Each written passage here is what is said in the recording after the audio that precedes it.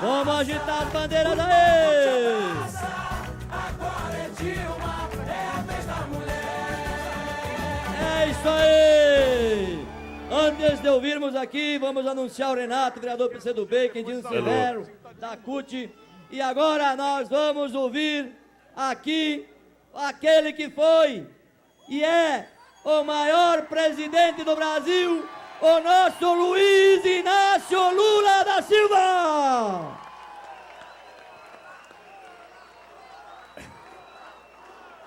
Fala, Lula. Meus queridos companheiros e companheiras de Caxias, meus queridos companheiros e companheiros da região serrana do Rio Grande do Sul, minha querida companheira Dilma Rousseff, se Deus quiser, futura presidenta da República do nosso país. Primeiro, dizer para vocês da alegria de saber que aqui no Rio Grande do Sul vocês recolocaram o PT no governo do Rio Grande do Sul. É uma grande oportunidade para o PT poder reafirmar aquilo que ele já fez na cidade de Porto Alegre, para o PT reafirmar aquilo que já tinha feito no governo do estado do Rio Grande do Sul com Olívio Dutra, e para que a gente possa reconstruir uma aliança política com os setores progressistas do estado do Rio Grande do Sul e demarcar claramente quem é que quer o avanço e o desenvolvimento do Rio Grande do Sul e quem é que quer apostar no atraso e no subdesenvolvimento do Rio Grande do Sul.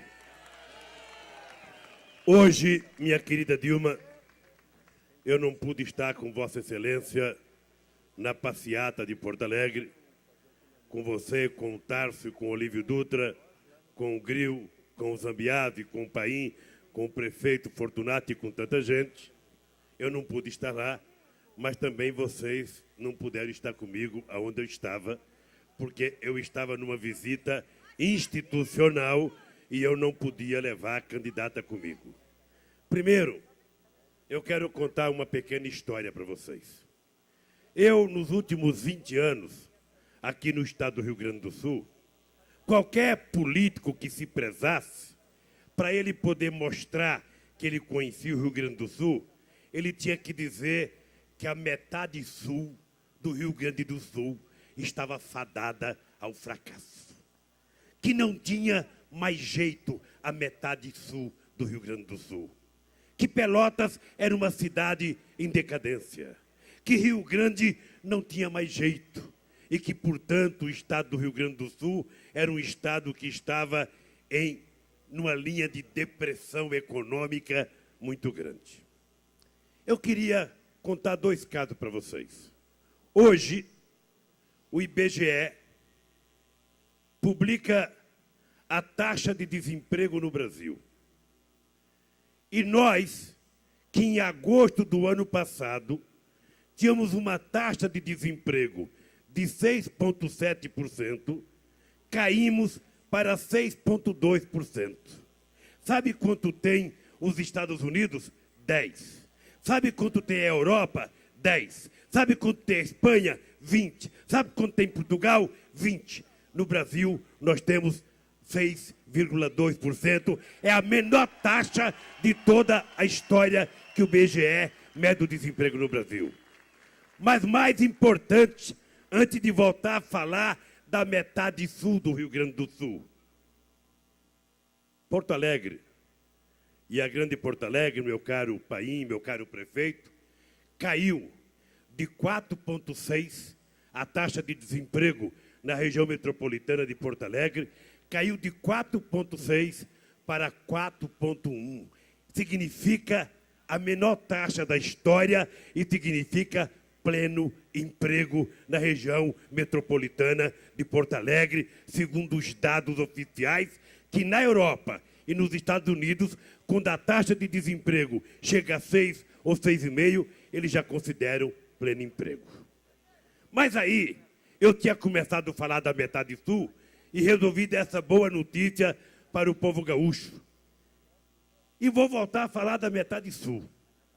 Há 6 anos atrás, quando eu e essa companheira estivemos aqui no Estado para anunciar a recuperação da indústria naval gaúcha, para recuperar os estaleiros do Porto do Rio Grande do Sul, na cidade de Rio Grande, para anunciar a construção do dique seco, com investimento de 800 milhões de reais, muita gente dizia que não acreditava.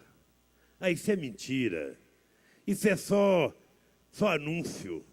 Isso é por conta da eleição. Hoje, eu votei lá no dique seco. Eu votei lá. Meus queridos e queridas companheiros, o Tarso esteve comigo só um pouquinho, mas nós vimos lá por volta de 3 mil trabalhadores e nós vimos lá mais 8 cascos contratados para construir, significa a garantia de 6 anos de emprego na cidade do Rio Grande, na indústria naval brasileira, que estava quebrada quando eu cheguei ao governo. Só para vocês terem ideia, você que é metalúrgico, Paim, em 1970, a indústria naval brasileira era a segunda indústria naval do mundo. Ela só perdia para a indústria naval do Japão. Em 2002, quando eu disputei a presidência da República, a indústria naval brasileira, que nos anos 70 tinha 50 mil trabalhadores, tinha apenas 1.900 trabalhadores. A maioria estavam nas praias do Rio de Janeiro, vendendo cerveja naqueles isopor, porque não tinha emprego. No lugar de homem trabalhando, tinha rato naqueles espaços vazios. No lugar dos guindastes, tinha grama cobrindo os trilhos. E hoje, em apenas 7 anos, nós já estamos outra vez com 50 mil trabalhadores metalúrgicos trabalhando na indústria naval brasileira. Nós, em 2002, ouvíamos os nossos adversários de hoje dizerem que nós não tínhamos engenharia para fazermos plataformas aqui, que nós não tínhamos engenharia para fazermos sondas para pegar petróleo em grandes profundidades. Nós teimamos e hoje 75% dos componentes das plataformas e das sondas são feitas no nosso Brasil, gerando emprego brasileiro, salário brasileiro e consumo brasileiro, o que antes era feito na Coreia, o que antes era feito na Noruega, o que antes era feito em Singapura, agora é feito por gaúchos, pernambucanos, cariocas, baianos e, sobretudo, brasileiros. Bem, mas o desenvolvimento de Rio Grande não vai ficar apenas em Rio Grande, porque toda aquela região vai se desenvolver muito, sobretudo uma cidade como Pelotas, que é uma cidade de serviço muito grande. E hoje eu saí de 3 mil trabalhadores, aí eu fui a Pelotas. Sabe fazer o quê? Inaugurar o campus da Universidade Federal de Pelotas, que chama-se o Campus Porto, que tem hoje 1.500 alunos estudando. Era um frigorífico velho, ainda como ministro da Educação, você foi lá, nós tomamos a decisão de comprar em um frigorífico velho, que estava todo quebrado, hoje é modelo de recuperação e 70% da universidade está pronta. Pois bem, agora veja, Dilma, o que você vai dar continuidade. Primeiro, você vai dar continuidade a um governo do qual você fez parte, e, portanto, o sucesso do governo tem que ser partilhado com vocês. Você vai dar continuidade ao governo que mais fez universidades federais na história deste país.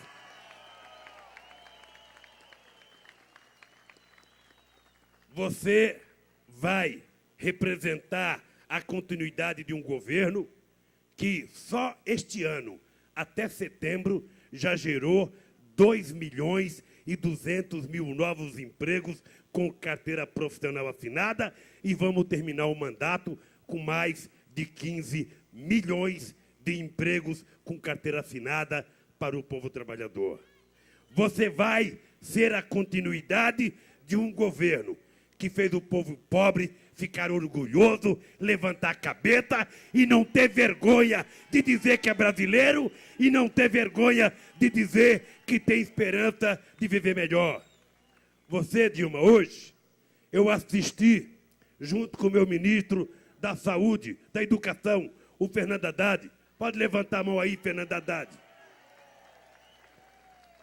Olha, hoje eu assisti dezenas de pessoas, mulheres de 53 anos, mulheres de 40 anos, jovens de 25 anos, me abraçar chorando, dizendo que nós, através do ProUni, devolvemos a cidadania para eles.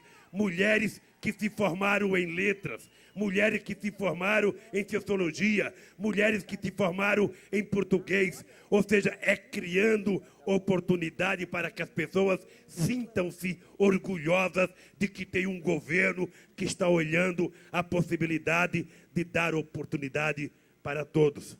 Você, companheira Dilma, terá com muito orgulho nos debates de dizer para o Serra que ele representa aquele abstrato de um governo que a gente não sabe para que veio e para onde foi.